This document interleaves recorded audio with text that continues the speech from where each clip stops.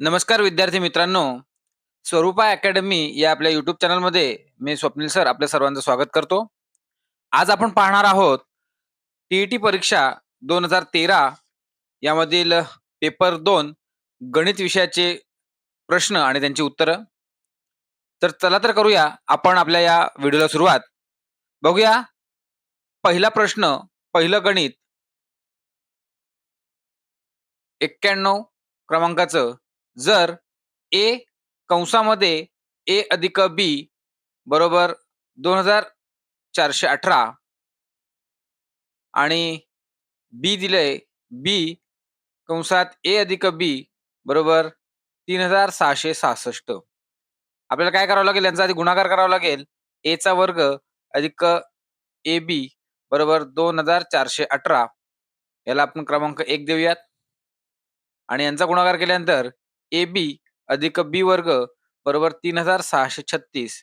याला आपण क्रमांक 2 देऊयात. आता समीकरण 1 आणि 2 यांची काय करायची, आपल्याला बेरीज करायची आहे. तर ए वर्ग अधिक ए बी बरोबर 2418 आणि बी वर्ग अधिक ए बी बरोबर 3666. यांची आपण काय केली, जर आपण बेरीज केली तर आपल्या लक्षात येईल की ए वर्ग अधिक 2ab अधिक बी वर्ग असं आपल्याला लिहावं लागेल. आणि यांची बेरीज करायचं 8 आणि 7 1404, हातच्याला 1, 6 आणि 1 7 आणि 1 8, 6 आणि 4 10 0, हातच्याला 1 आणि 6084 हे उत्तर येईल. आता इकडे जर आपण बघितलं नित्य समानता जर लक्षात आलं आपल्या, की ए अधिक बी कंसाचा वर्ग एवढा आहे आणि 6884 सॉरी 6084 आहे, 800 नाही. तर ए अधिक बी चा वर्ग आपण केला तर हा कोणाचा वर्ग येतो का हे आपल्याला चेक करावं लागेल. आता हे पाहताना आपल्याला एक लक्षात घ्यायची गरज आहे की शेवटी 4 आहे. मागच्या एका व्हिडिओमध्ये मी तुम्हाला सांगितलं होतं की जर शेवटी 4 असेल तर एकतर इथे जो वर्ग येणार आहे त्याच्या शेवटला एकतर 2 अंक पाहिजे किंवा एकतर त्याला 8 अंक पाहिजे. म्हणजे 2चा वर्ग 4 येतो आणि 8चा वर्ग 64 येतो. यांच्या एकक स्थानी 4 असतो. ठीक आहे. उरला भाग तर हा 6000 जो आहे तो कोणाच्या मध्ये येतो ते बघावं लागेल. जर आपण बघितलं की 50चा वर्ग केला तर 5चा वर्ग किती 25 म्हणजे 2 शून्य. 60चा वर्ग केला तर 6 7 36 परत त्याच्यावर 2 शून्य. 7चा वर्ग केला तर 7 7 49 त्याच्यावरती 2 शून्य म्हणजे 70चा वर्ग सॉरी. 80चा वर्ग केला तर 8चा वर्ग 64 आणि मग 2 शून्य. जर यांचा विचार जर आपण केला तर आपल्या लक्षात येईल 6000 हे 70 आणि 80च्या मध्ये येतात. ठीक आहे. मग 75चा वर्ग बघूयात. जर 75चा वर्ग केला 25 शेवटला घेणार आणि 7चा वर्ग पुढचा अंक 8 म्हणजे 7 8 56 म्हणजे आपल्या लक्षात येईल की आपल्याला बघा, आपल्याला जे हवं होतं ते आपल्याला इथे मिळालेलं आहे. हे बाकीचे वर्ग आपल्याला बघायची गरज नाहीये. आपल्या लक्षात येईल की आता आपल्याला फक्त काय करायचंय, 70चा वर्ग पण नकोय आपल्याला. आता आपल्याला 75 आणि 80 या दोन्हीच वर्गांचं फक्त बघायची गरज आहे.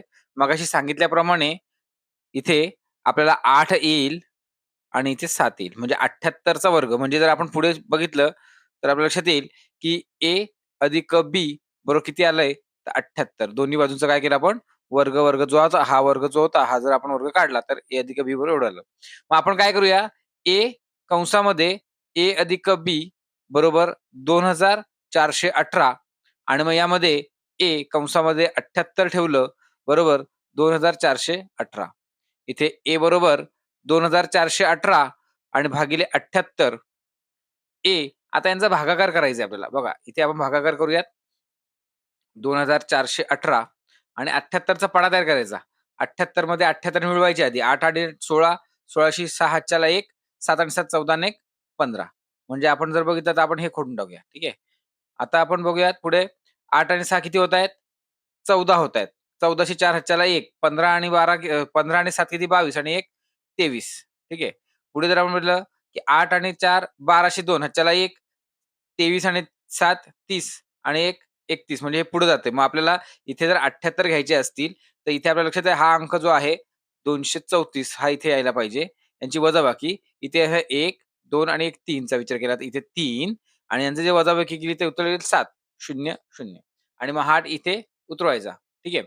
आता हे बघितलं 78 आणि 1 म्हणजे 78 एके 78. हे सोपं म्हणजे यांचा जर भागाकार केला तर किती उत्तर येतं? 31 म्हणजे आपल्या लक्षात आलं, की ए चे उत्तर किती आले? 31 आले. मग जर ए अधिक बी बरोबर 78 असेल आणि एचं उत्तर 31 असेल, अधिक बी बरोबर 78, बी बरोबर 78 वजा 31 म्हणजेच बी बरोबर किती येईल? तर 8 मधनं 1 गेला राहिला 7 आणि 7 मधनं 3 गेले राहिले 4. बी बरोबर किती आलं? 47. मग आपल्याला जे उत्तर पाहिजे होतं, की बी वजा ए याचं उत्तर केलं बी किती आलंय? 47. ए किती आलंय? 31. मग किती उत्तर येईल? 7तून 1 गेला तर राहिले 6 आणि 4तून 3 गेला राहिला 1. हे उत्तर आपल्या ऑप्शनमध्ये आहे का? हो आहे.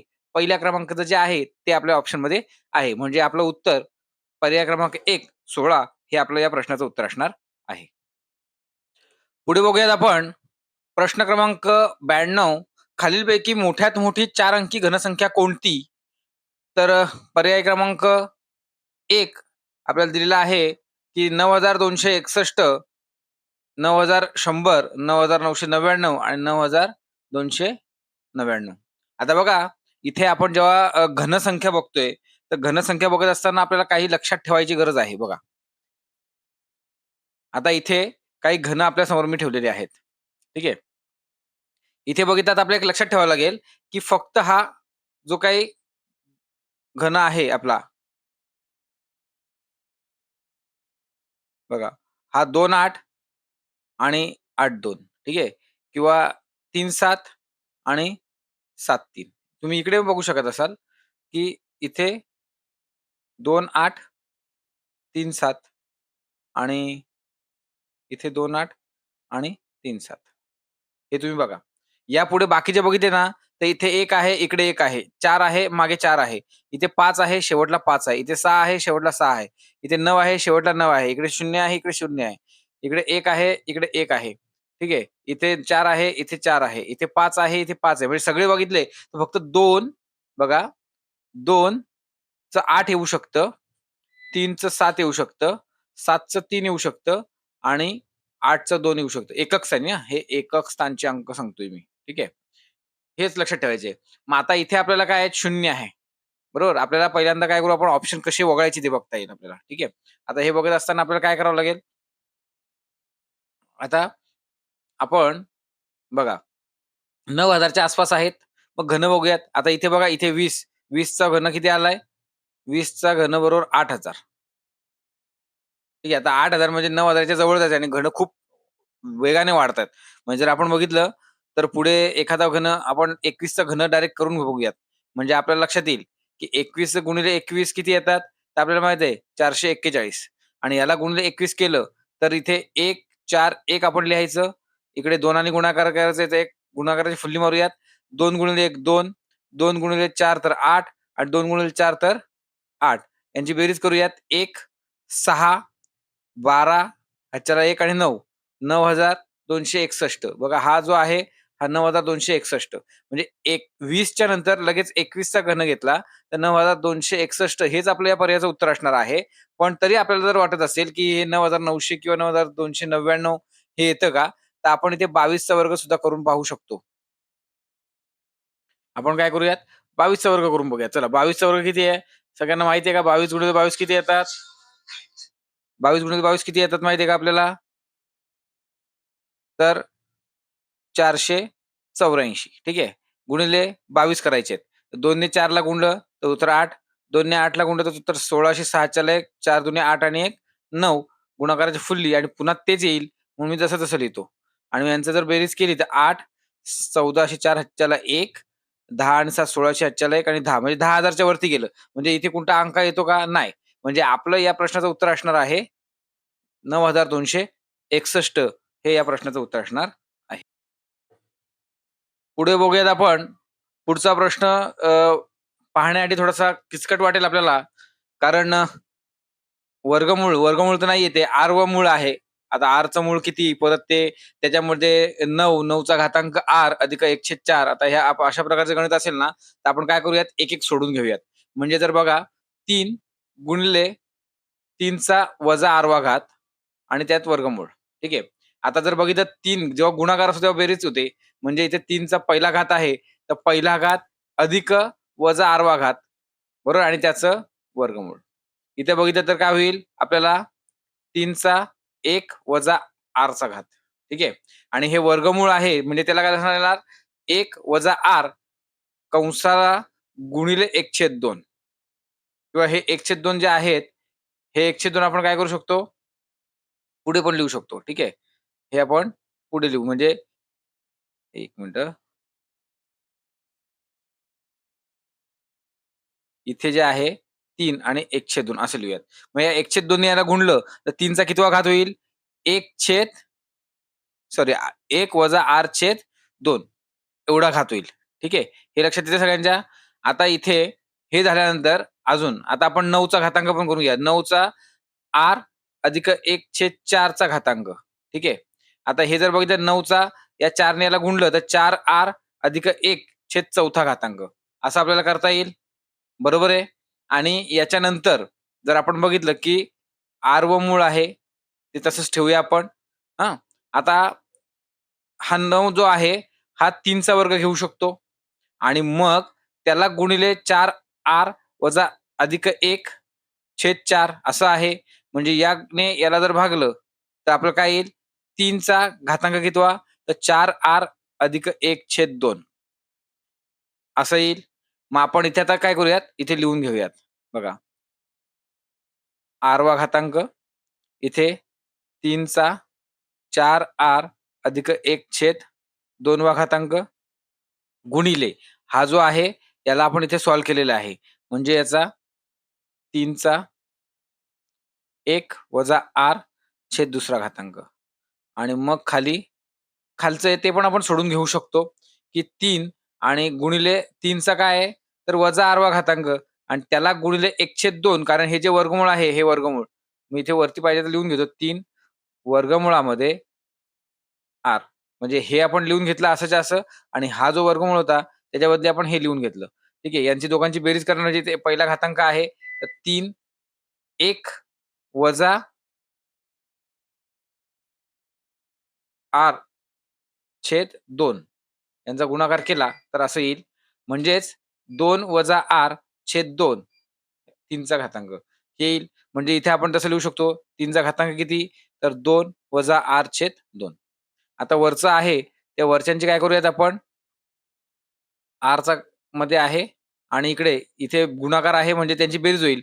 मग 3 कंबाईनमध्ये लिहिला तर 4 आर अधिक 1 छेद 2 अधिक 1 वजा आर छेद 2 ठीक आहे. भागिले आपण 3चा 2 वजा आर छेद 2 वा घातांक आणि मग पुढे आपण बघूयात, की आर या वर्गमूळामध्ये इथे यांची बेरीज आहे. 3चा घातांक जो आहे छेदस्थानी 2 तसा तसा राहील. ठीक आहे. 4 आर अधिक 1 वजा आर आणि छेदस्थानी त्यांना 3चा 2 वजा आर छेद 2 वा घातांक. ठीक आहे. आता हे जर लक्षात आलं असेल तर हे मी पुसून घेतो. इरेज करतो. मग तुम्ही ते तुमच्या वहीमध्ये लिहून घ्या. पहिल्यांदा जेव्हा मी लिहिलं होतं, तेव्हा ते स्क्रीनशॉट काढून किंवा पॉज करून ते तुम्ही लिहून घ्या. ठीक आहे. आता आपण पुढे बघूयात. आता इथे 8वा घातांक थोडं घाई केली लिहायला मी.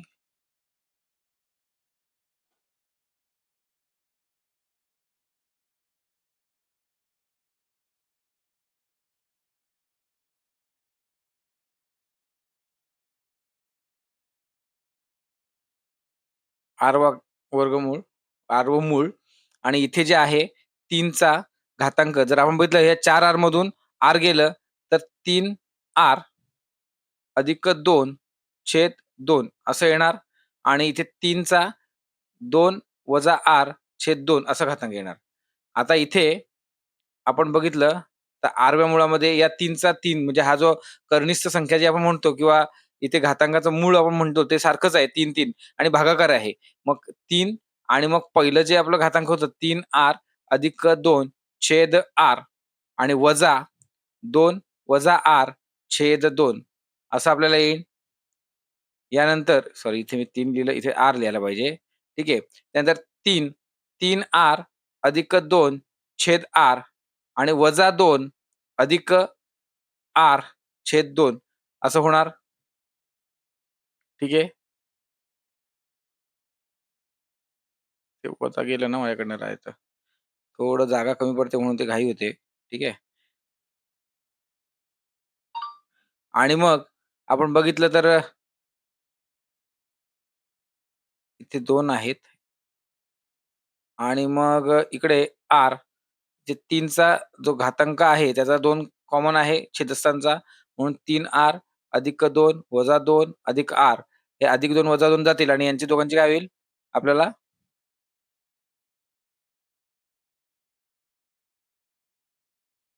इथे 3 आणि छेदस्थानचा 2 जसा जसा राहील इथे 4r असं होणार. इथे r. ठीक आहे. आता पुन्हा मला हे खोडावं लागेल. ठीक आहे.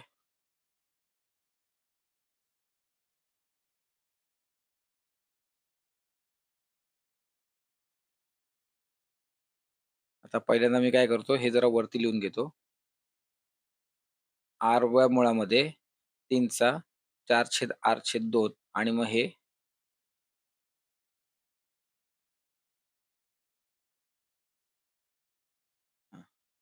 बघूया पुढे. आता या 2 ने 4 ला भाग जाईल म्हणजेच करणीमध्ये r 3चा कितवा घात? तर 2r वा घात. आता पुन्हा 3चा 2r वा घात आणि हा जो r वा घात आहे त्याला आपण 1/r असं म्हणतो. म्हणजे हा r आणि हा r गेला. या 2 ने याला गुणलं तर 3चा कितवा घात येईल? दुसरा घात येईल. मग 3चा दुसरा घात म्हणजे किती? 9. एकतर हे उत्तर आहे का? कुठे? नाहीये. मग कुठलं उत्तर आहे? हे. म्हणजे आपलं जे उत्तर 3चा वर्ग म्हणजे आपलं या प्रश्नाचं जे 93 प्रश्नाचं उत्तर जे आहे, ते 3चा वर्ग हे उत्तर आहे. थोडंसं कठीण वाटत असेल तरी आपण शॉर्टकट केलं काय, की ज्यांचे घातांक होते ते जरा वेगवेगळ्या पद्धतीने सोपं करत लिहत घेतले. ठीक आहे. आणि त्यानंतर त्यांना एकत्र घेतले. जो घातांकांचा नियम जो म्हणतो आपण, त्या नियमांच्या अनुसरून बघण्यासाठी आणि मग सोडवलं. काय एवढं कठीण वाटलं का नाही? तर घातांकाचे नियम जर आपल्याला येत असतील, तर बाबा आपण वर्गमुळात 3 लिहितो. तर वर्गमुळात 3 म्हणजे काय? तर 1/2 वा घातांक. ठीक आहे. त्याप्रमाणे आपण करत गेलो, तर मग आपल्याला ते उत्तर आलेलं आहे. थोडंसं लिहिण्यामध्ये जागा कमी असल्यामुळे थोडंसं प्रॉब्लेम होतो, पण तरी पण आपलं उत्तर व्यवस्थित काढलेलं आहे. काही शंका असतील तर तुम्ही कमेंट करू शकता. मी तुम्हाला पुन्हा एकदा ते एक्सप्लेनेशन देईन. ठीक आहे. पुढे बघूया आपण पुढचं गणित. जर जर त्रिकोण एबीसीमध्ये कोन ए 60° कोन सी 40° त्रिकोण एबीसीमध्ये कोणत्या बाजूला काढलेल्या त्रिकोणाचे क्षेत्रफळ हे इतर 2 बाजूंच्या काढलेल्या क्षेत्रफळापेक्षा जास्त असेल. आता बघा जर त्रिकोण काढायला घेतलं, असं काढूया आपण अंदाजे ए, बी आणि सी. ठीक आहे. जर आपण बघितलं ए बरोबर किती? 60°. सी बरोबर किती? 40°. आता त्रिकोणाचा गुणधर्म काय सांगतो? तिन्ही कोणाच्या मापांची बेरीज 180 असते. 60 आणि 40 किती झाले? 100 झाले. मग 100 मग 180 वजा 100 केले तर किती? 80 होतात. म्हणजे हा कोन किती आला? 80 आला. त्रिकोणाचा गुणधर्म काय सांगतो आपल्याला? त्रिकोणाचा गुणधर्म काय आहे? की जो कोन मोठा असेल, त्या कोनासमोरची बाजू ही काय असते सगळ्यात मोठी. मग एबी बाजू, एसी बाजू ही सगळ्यात मोठी बाजू आहे आणि मोठ्या बाजूवरती जो काही चौरस काढू आपण. इथे आता एक चौरस काढला समजा असा, असा. बरोबर आहे? तर हा चौरस काय असा असेल? सगळ्यात मोठा असेल म्हणजे त्याचं क्षेत्रफळ कसं असेल? सगळ्यात मोठं म्हणजे एसी बाजू हीच आपलं या प्रश्नाचं उत्तर असणार आहे. ऑप्शन क्रमांक 3 पर्याय काय असेल? उत्तर असेल बाजू एसी. बघा पुढचं 95वं गणित आहे. एका रेषाखंडाला काढता येणाऱ्या जास्तीत जास्त दुभाजकांची व लंबदुभाजकांची संख्या अनुक्रमे किती असेल? बघा इथे 2 शब्द वापरले. दुभाजकांची आणि लंबदुभाजक. दुभाजक म्हणजे फक्त 2 समान भाग करणे आणि लंबदुभाजक म्हणजे 90 अंशाचा कोन करणे. जर बघा इथे मी जर अशी एक रेषा काढली आणि इथे दुभाजक इथे जर 2 भाग होत असतील, तर मी दुभाजक असा पण काढू शकतो, असा काढू शकतो, असा काढू शकतो, असा काढू शकतो. बघा किती भाग काढू शकतो आता थोडंसं हां, काढू शकतो. मग हे किती आहेत दुभाजक? तर कितीही काढू शकतो. अनंत काढू शकतो, अनंत. मग जर ऑप्शनमध्ये बघितलं, तर पहिलं अनंत इथेच दिसतंय. ठीक आहे. आणि लंबदुभाजक काढायचं असेल, तर इथे जर दुभाजक असेल आणि लंब म्हणजे काय? तर 90 अंशाचा कोन. तर 90 अंशाचा कोन करणारी एकच रेषा असेल, दुसरी नाही. म्हणून हे म्हणजे जर या 95 प्रश्नाचं पण उत्तर बघितलं, तर पर्याय क्रमांक 2 दुभाजक अनंत काढता येतील, पण लंबदुभाजक मात्र एकच काढता येणार आहे. ठीक आहे. पुढे बघूया. 2 परिमेय संख्यांच्या दरम्यान किती परिमेय संख्या असतात? बघा परिमेय संख्या म्हणजे काय? ज्या संख्येला आपण पी छेद क्यू म्हणजेच काय? तर अंश आणि छेद या स्वरूपात लिहू शकतो. अशा संख्यांना आपण परिमेय संख्या म्हणतो. आपण एवढं बाकी जर आपण बघितलं, की समजा चला 1/2 आणि 2/3 अशा संख्या घेतल्या. तर यांना परिमेय संख्या म्हणणार. पण आपल्याला माहिती आहे, की आपण जर 2 आणि 3 घेतली, तर या सुद्धा परिमेय संख्या आहेतच ना. मग आता आपण या परिमेय संख्यांचा विचार करू. सोप्या-सोप्या. मग 2 आणि 3 मध्ये किती संख्या लिहिणार? 9 संख्या लिहिणार. असं आपल्याला वाटतं 9 म्हणजे किती? मग इथे 9 आहेत का? नाही. 0 लिहिता येतील का? नाही. यांच्यामध्ये लिहिता येणारच आहेत. आता तुम्ही 9 कसं सर? तर 2.1, 2.2, 2.3 आता मी शून्यावरच का रेषा मारली? तर 2 आणि 3च्या मध्ये संख्या नाही असं आपल्याला वाटतं. पण तेच जर आपण 2.000 आणि 3.000 असं घेतलं, तर मग हे काय होईल? इकडे 2.001, 2.002 अशा बऱ्याच संख्या लिहिता येतील. म्हणजे या प्रश्नाचं उत्तर जे आहे ना, हे अनंत उत्तर आहे, अनंत. ठीक आहे. एका त्रिकोणाची मापे पुढचं बघूया आपण 97वा प्रश्न. एका त्रिकोणाची मापे वर्गमुळात 2x अधिक 1 x आणि x अधिक 1 अशी असतील, तर खालीलपैकी तो कोणत्या प्रकारचा त्रिकोण असेल? विशाल कोण असेल? लघुकोण असेल? समद्विभुज असेल? की काटकोन असेल? आता बघा समद्विभुज म्हणजे या दोघांचं माप सारखं पाहिजे होतं. तिघांपैकी 2. तर 2 सारखे नाहीयेत म्हणजे हा तर पर्याय कटलाच. बरोबर आहे.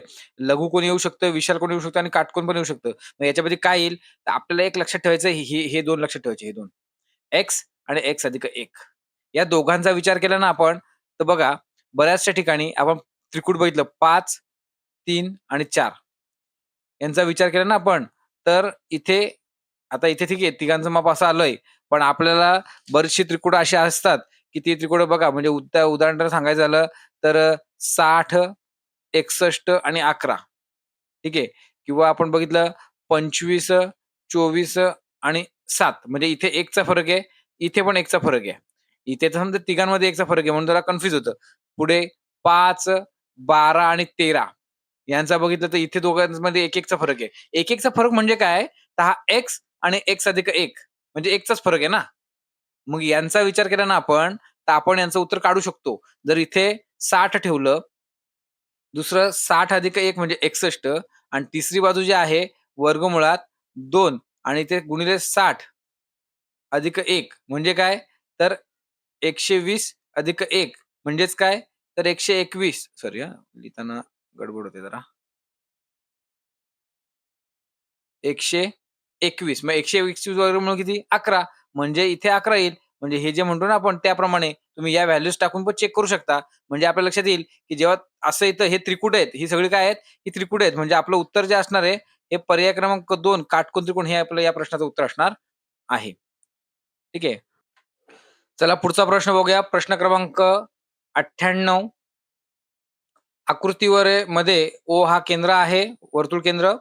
त्यानंतर कोन APCचं माप दिलं 80° कोन CBPचं माप दिलं 24° आणि त्यानुसार आपल्याला सांगितले, की मापकंस CXA अधिक मापकंस BYD यांचं बेरीज काढायची आपल्याला. बघा सगळ्यांना माहिती आहे, की जर का आपण असं एक वर्तुळ काढलं आणि या वर्तुळात केंद्रीय कोन काढला, तर याचं माप आणि याचं माप सारखं असतं. पण तोच कंस जर या वर्तुळावर काढलेला असेल, तर याचं माप यापेक्षा अर्धं असतं. म्हणजे कंस मोठा आणि कोन छोटा, अर्धं माप. ठीक आहे. तर तसं बघितलं तर इथे आपण बघू शकतो, हा जो आहे वर्तुळावर तयार झालेला कोन आहे, याचं माप जर 24 असेल, तर या कंसाचं माप किती असेल? 48 असेल. म्हणजे हा जो CXA मिळाला, तो मिळाला 48. ठीक आहे. आता इथे आल्यानंतर आता आपल्याला BYD काढायचा आहे. मग BYDमध्ये हा कोन तयार झालाय. तर त्यासाठी आपण या त्रिकोणाचा विचार करूया. बघा त्रिकोणाचा विचार केला, तर या त्रिकोणामध्ये बघा पहिल्यांदा या रेषेवरती ठीक आहे. इथे आपण बघूयात, की जर का आपण इथे 80 घेतलं, तर हे एका रेषेवर झालेले कोन आहेत, एका रेषेवर. म्हणजे हा कोन किती असेल?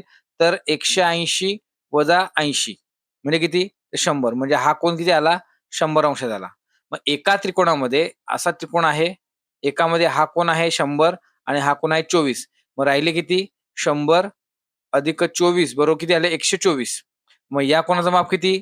तर मग 180 3 कोनांच्या मापांची बेरीज 180 अंश आहे त्रिकोणाच्या. म्हणून 124 जर त्यातून वजा केलं, तर आपल्याला उत्तर येईल किती? 8तून 3 गेलं 56. 56 उत्तर येईल. मग याचं माप किती आलं?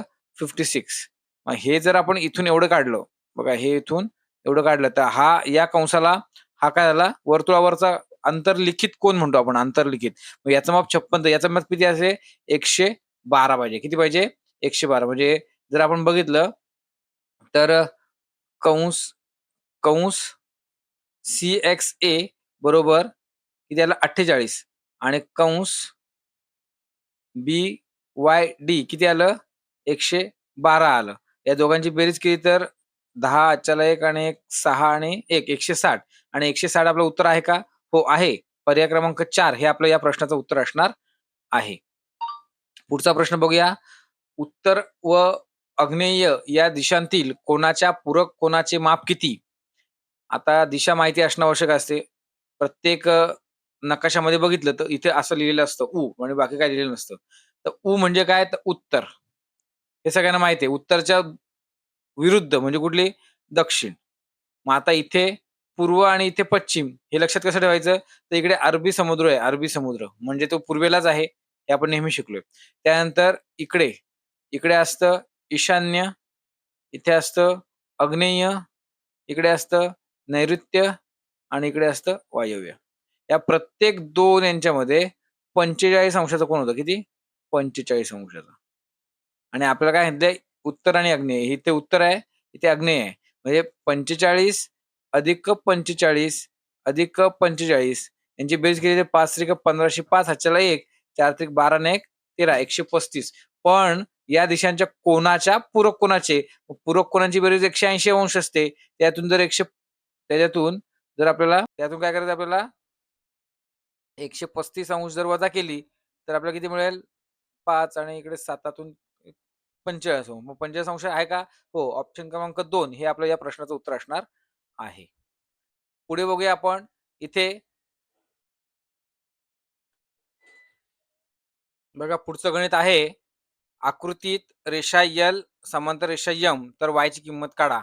आता ही आकृती तर छोटी आहे. आपण जरा मोठी काढून घेऊयात. बघा अशी मोठी आकृती काढली आपण आणि आपल्याला जो कोन पाहिजे तेवढाच काढूया आपण बाकी काढायची गरज नाही. कारण आपण बघितलं हा कोन आणि हा कोन सारखा असेल. 2x अधिक 30 आणि हा कोन आणि हा याचा विरुद्ध कोन म्हणजे ह्या कोनाचं माप किती येईल? तर हा कोन असेल 2x अधिक 30. ठीक आहे. हा कोन दिलाय 4x आणि हा आहे y. आपल्याला y ची किंमत काढायला सांगितली. मग हा कोन किती येईल बरं? मग हा कोन किती येईल? तर या दोघांचं माप जे आहे, या याचं आणि याचं या दोघांचं माप किती येईल? 180 येईल. बरोबर आहे? म्हणजे हा कोन जर बघितला आपण हा कोन तर 180 वजा 4x आणि इथे इथे एक रेषा मारली, इथे एक रेषा मारली. म्हणजे याच्या समोरचा हा कोन आणि या समोरचा हा कोन हा सारखा असेल. म्हणजेच हे 2 कोन आले सारखे आले. म्हणजे जर आपण केलं की 180 वजा 4x आणि 2x अधिक 30 लक्षात येतं का मी काय म्हणतोय?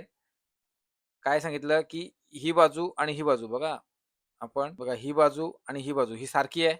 म्हणजे याच्या समोर हा कोन आणि या समोर हा कोन सारखा असेल. बरोबर आहे? त्यानंतर हा कोन आणि हा कोन इथे येणारा. परत आपण कलर बदलू हवं तर. बघा हा हा कोन आणि हा कोन इथे जो येणारा कोन आहे, या पूरक कोन असणार आहेत. म्हणून त्यांची बेरीज 180 होईल. मग हा जर 4x आहे, तर हा काय येईल? तर 180 वजा 4x. बरोबर आहे? मग त्यानुसार आपण बघितलं तर हे कोन लिहिलं आणि इथे हा आणि हा कोन सारखा संगत कोन आणि हा आणि हा विरुद्ध कोन म्हणून त्याचं बेरीज एवढं असेल. मग इथे बघितलं तर हा 180 आपण इथेच ठेवूयात. हे 4x इथे अधिक वजा आहे, ते इकडे आलं तर अधिक होतील. हे अधिक 2x आणि अधिक 30. ठीक आहे. आता अधिक 30 इकडे आले तर 180 वजा 30 होतील आणि यांची बेरीज येईल 6x. इथे 150 बरोबर 6x.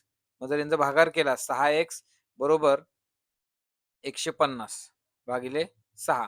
सॉरी हा x इकडचा काढून इकडे येईल. x बरोबर किती? तर मग 25 सक 150 म्हणजे x ची किंमत किती आली?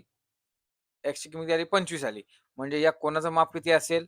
एका कोनाचं माप. हे या आकृतीमध्ये आपण जर बघितलं तर 2 कोन सारखे आहेत ना. मग त्यातला एक कोन समजा हा आपण कोन काढून घेऊया 2x अधिक 30.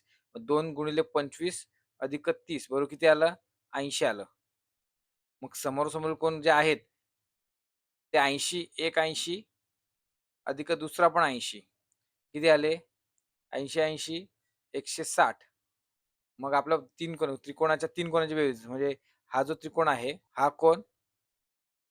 कोन आणि हा कोन या तिघांची बेरीज. त्यामधलं हा आणि हा सारखा कोन आहे म्हणून त्यांची बेरीज 180 सॉरी 80-80 ती झाली 160 आणि मग उरलेला त्यांच्यामध्ये 160 वजा 160 180 मधून जर वजा केली तर उत्तर किती येतं 20 अंश. म्हणजे या प्रश्नाचं उत्तर आहे पर्याय क्रमांक 4 20 अंश. जर गोंधळ होत असेल तर कमेंट करा. मी हे गणित पुन्हा एकदा सेपरेटली एकच गणिताचा व्हिडिओ मी बनवेन. ठीक आहे. पुढे बघूया आपण 101 वं गणित आहे. जर x बरोबर 117 तर y बरोबर किती? आता इथे बघा थोडंसं सोपं गणित आहे. इथे पण तेच आलंय, की इथे ही रेषा आणि ही रेषा मारलेली म्हणजे हा कोन आणि हा कोन सारखा असणार आहे. ठीक आहे. हे कोन सारखे असणार आहेत. आता x आणि इथे पण असेल x, हा y, इथे असेल y. मग आपण जर बघितलं तर x बरोबर किती आहे? 117 आहे. बरोबर आहे. हा x बरोबर 117. मग जर नीट लक्ष दिलं तर हा कोन आणि हा कोन पूरक आहे. म्हणजे किती येईल त्याची बेरीज 180 येईल. त्यातून जर 117 वजा केले, 117 वजा केले तर किती येईल? 3 हां. आणि इथे 7तून 1 गेला राहिला 6 63 म्हणजे हा कोन जो आहे, हा कोन 63चा आणि हा कोन जो आहे तो 63चा. मग राहिला काय? वाय हा कोन. मग हा कोन जर बघितला आपण आता हे कसं काढणार? तर हे दोन कसे पूरक कोन आहेत. जर हा आतला कोन जर 63चा आलाय, तर हा पूरक कोन असणार आहे. बरोबर की नाही? मग पूरक कोन असेल तर आपण कसं काढणार त्याचं माप? तर पूरक कोन जर असेल, तर पुन्हा आपल्याला काय करायला लागेल, की 63 180 मधून वजा करायचे. मग पुन्हा किती येईल? 117 येईल. हेच गणित उलटं-सुलटं झालंय. म्हणजे y बरोबर किती? तर 117 हे आपल्या या प्रश्नाचं उत्तर असणार आहे. पुढचा प्रश्न बघूया. प्रश्न क्रमांक 102 आकृतीमध्ये ए, बी, बी-सी आणि सी-डी हे दिलेले आहेत आपल्याला सारखे. हे दिसतंय आपल्याला सगळ्यांना. आता एक्सची किंमत काढायला सांगितली आणि एक्स कुठे इकडे. आता इथे पण आकृत्यांचे प्रश्न आहेत ना पटकन सोडवता आहेत जर आपलं लक्ष असेल तर. ठीक आहे. आता बघा इथे आपल्याला या दोघांचं माप दिलंय 34 एकाचं आणि एकाचं 96 म्हणजे याचं माप काढता येईल कारण हे एक रेषीय कोन आहेत. म्हणजे जर 180 यातून वजा करावं लागतील. पण यांची बेरीज करू आपण आधी. 96 अधिक 34 बेरीज किती येईल? 0 हातच्याला 1 आणि 10 आणि 1 13 130. मग 130 जर असेल तर याचं उत्तर किती येईल? 50 म्हणजे हे किती असेल? 50 बरोबर आहे. 50 आल्यानंतर आता आपल्याला बघायचंय की ही बाजू सारखी आहे आणि ही बाजू सारखी आहे. जर आपण या त्रिकोणाचा विचार करतोय तर, या त्रिकोणाचा विचार करतोय तर, दोन बाजू सारख्या आहेत. म्हणजे हा कोन आणि हा कोन सारखा यायला पाहिजे. मग जर 96 अधिक आपण 50 केले, तर उत्तर किती येतं? 6, 9 आणि त्यात 14. मग याला या कोनाचं माप जर 114 46 आलं, तर मग याचं आणि याचं माप कसं असेल? अर्धा-अर्धा असेल. अर्धा-अर्धा येणार आहे. मग अर्धा-अर्धा म्हणजे किती येणार आहे? ते आपण काय करूयात 180 वजा 146 करूयात. किती उत्तर येईल? तर 4 आणि 7तून 4 गेले तर 3 34. 34 उत्तर आलं. मग 34 पण हे दोघांची बेरीज 34 आहे. मग एकाचं उत्तर किती? तर 17. आता एवढं काढलं आपल्याला x काढायचं आहे. आता आपण काय करूयात? आता आपण या त्रिकोणाचा विचार करूया. तर या त्रिकोणामध्ये बघितलं तर ही बाजू आणि ही बाजू सारखी आहे. म्हणजे हा कोन बरोबर की नाही आणि हा कोन सारखा असणार आहे. आणि या दोन कोनांचा विचार केला तर एकाचं माप किती 50 आहे. मग 180 वजा जर 50 केलं तर 130 येतं. मग 130 मध्ये याचं माप आणि याचं माप सारखं. मग याला भागिले 2 केलं तर किती येईल आपल्याला? 65 उत्तर येईल. याचं माप 65 आणि याचं माप 65. पण आपल्याला x ची किंमत काढायची आहे. बरोबर की नाही? मग 65 वजा 17 हे जे दिलेले आहेत, हे जर वजाबाकी केली तर उत्तर किती येतं? 15 तून गेले 7 राहिलं उत्तर आले 8 आणि इकडे 5 तून गेले 4 48. तर 48 आहे का? हो. पर्याय क्रमांक 1 हे आपल्या या प्रश्नाचं उत्तर असणार आहे. आता जसं आपण इयत्ते वाईज फुल प्रूफ सोडून देतो, तसं सोडवायला गेलो तर वेळ लागणार आहे. म्हणून मग आपण आकृत्यांमध्ये मला वाटतं हे बऱ्यापैकी लक्षात येईल. बघा पुढचं गणित आहे 5, 6 4, 5 आणि 6 या संख्यांनी भागल्यास बाकी जर 3 येणार असेल, तर लहानात लहान संख्या 3 अंकी लहानात लहान संख्या कोणती? तर बघा या संख्यांनी भागायचं असेल तर याचा आपल्याला काय करायला लागतो? लसावी काढायला लागतो. तर 4, 5 आणि 6 आता इथे 4 ला डायरेक्ट सरळ-सरळ या सगळ्यांचा गुणाकारच करू. 4 पंचे 20 गुणिले 6, 6 शून्य शून्य 6 दुणे 12 120 बरोबर 3 अंकी संख्या आले. बाकी किती येते 3 म्हणजे याच्यामध्ये 3 मिळवले तर 123 उत्तर यायला पाहिजे आणि 123 इथे उत्तर आहे. जर पुढे आपण गेलं 120 तर त्याचं उत्तर 120 च्या दुप्पट गेलं.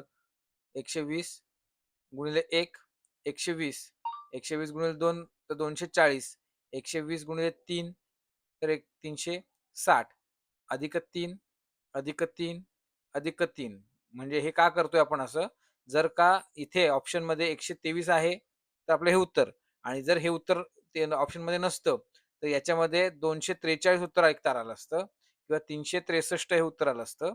असं म्हणजे याच्या पटीने वाढत जाणार. 120 हा त्यांचा जो लसावी आलाय यांच्या पटीमध्ये ते वाढत जाणार आणि त्यांच्यामध्ये मग जी बाकी उरते 3 ती इथे घ्यायची आणि म्हणून आपलं इथे उत्तर असणार आहे पर्याय क्रमांक 3 हा उत्तर इथे असणार आहे. पुन्हा ते गणित आलं होतं. पुढे घेऊया आपण. गणित क्रमांक 104 आहे. इथे दिलाय एक अंक 8, 3 इथे अंक कोणता आहे माहिती नाही आणि 3 आणि 9. तर या संख्येला 11 ने पूर्ण भाग जाण्यासाठी या स्टार जो आहे, इथे स्टार आहे. तर या स्टारच्या ठिकाणी कोणता अंक येईल? आता आपल्याला 11ची कसोटी जर आपल्याला 1 आड 1 संख्या म्हणजे इथे 8 स्टार आणि 9 त्यानंतर 3 आणि 3 यांचा जर बेरीज केली म्हणजे 3 आणि 3 किती होतात? तर 6 होतात आणि 8 आणि 9 किती होतात? तर 17 होतात. ठीक आहे. आता 17 होतात त्याच्यामध्ये अजून एक संख्या आहे तिथे एक्स पकडूया आपण. यांचा आणि यांचा फरक जर एकतर 11 यायला पाहिजे किंवा 0 यायला पाहिजे. या दोघांपैकी असेल तरच ते 11 ने पूर्ण भाग जाणारी आहे. ठीक आहे. मग आता याच्यामध्ये जर आपण एक-एक पर्याय ठेवत गेलो तर आपल्या लक्षात येईल पहिलंच की जर 17 मधून 6 वजा केले 17 वजा 6 तर उत्तर 11 येतंय. बरोबर की नाही? मग 17x अधिक 0 असेल तर याला 17 असेल तर 17 अधिक 0 केलं तर 17 येईल. म्हणजे x ची किंमत किती आहे? 0. मग ऑप्शनमध्ये 0 आहे का? तर हो. म्हणजे इथे तर आपण 0 घेतोय. स्टारच्या ठिकाणी 0 घेतोय. तर या तिघांची बेरीज किती होईल? 8 अधिक 0 अधिक 9 बरोबर 17. ठीक आहे. याच्यामध्ये 1 घेतलं तर ते 18 होईल आणि 18 वजा 6 12 उत्तर येईल. फरक 11 नाहीये. ठीक आहे. परत आपण 3 घेतलं, इथे 3 तर 20 येईल. 20 वजा 6 तर उत्तर आहे 14. तो फरक 11 नाहीये किंवा 0 नाहीये. बरोबर? 9 घेतलं 9 तर उत्तर 26 येईल. वजा 6 तर उत्तर 20 येतंय. बरोबर आहे? तर 20 हे एकतर 11 पाहिजे किंवा 0 फरक पाहिजे. तर 20 किंवा हे नाहीच आहे. मग तो नाहीच. हे बाकीचे ऑप्शन आपले उत्तर येणार नाही. आपलं उत्तर फक्त येणार आहे ऑप्शन क्रमांक 3 0 म्हणजे त्या स्टारच्या जागी कुठला अंक पाहिजे? 0 हा अंक पाहिजे. ठीक आहे. पुढचा प्रश्न बघूया आपण. पुढचं गणित आहे 4 म्हणजे एका कंसामध्ये 4 102 अधिक 2 104 आणि त्या कंसाला भागिले आहे दुसरा कंस 4 102 वजा 2 104. आता इथे आपल्याला माहिती आहे की इथे गुणाकार करायचा असतो आणि इकडे बेरीज करायची असते. सेम जर आपण बघितलं तर इथे गुणाकार केला तर बेचोक 8 आणि 1 9 छेद 2 अधिक 4 दुने 8 म्हणजे छेदस्थानी 4 येतील 4 दुने 8 आणि 1 9. सेम आपल्याला इकडे पण येणार आहे 9/2 वजा 9/4. आपण याचा छेद समान केला तर आपल्या लक्षात येईल की छेदस्थानी 4च येईल पण इकडे 2 आहेत म्हणजे 2 ने गुणावं लागेल तर 9 ला पण 2 ने गुणावं लागेल. 9 दुने 18 अधिक 9 आणि भागिले इकडे कंस देऊन ठेवूयात. पुन्हा इकडे छेदस्थानी समान केलं 4 या 2 ला 2 ने गुणावं लागेल तसंच 9 ला 2 ने गुणावं लागेल. म्हणून 18 वजा 9 दोन्हीकडे सारखं-सारखं आलेलं आहे. 27 यांची बेरीज केली 27/4 आणि इकडे भागिले 9/4.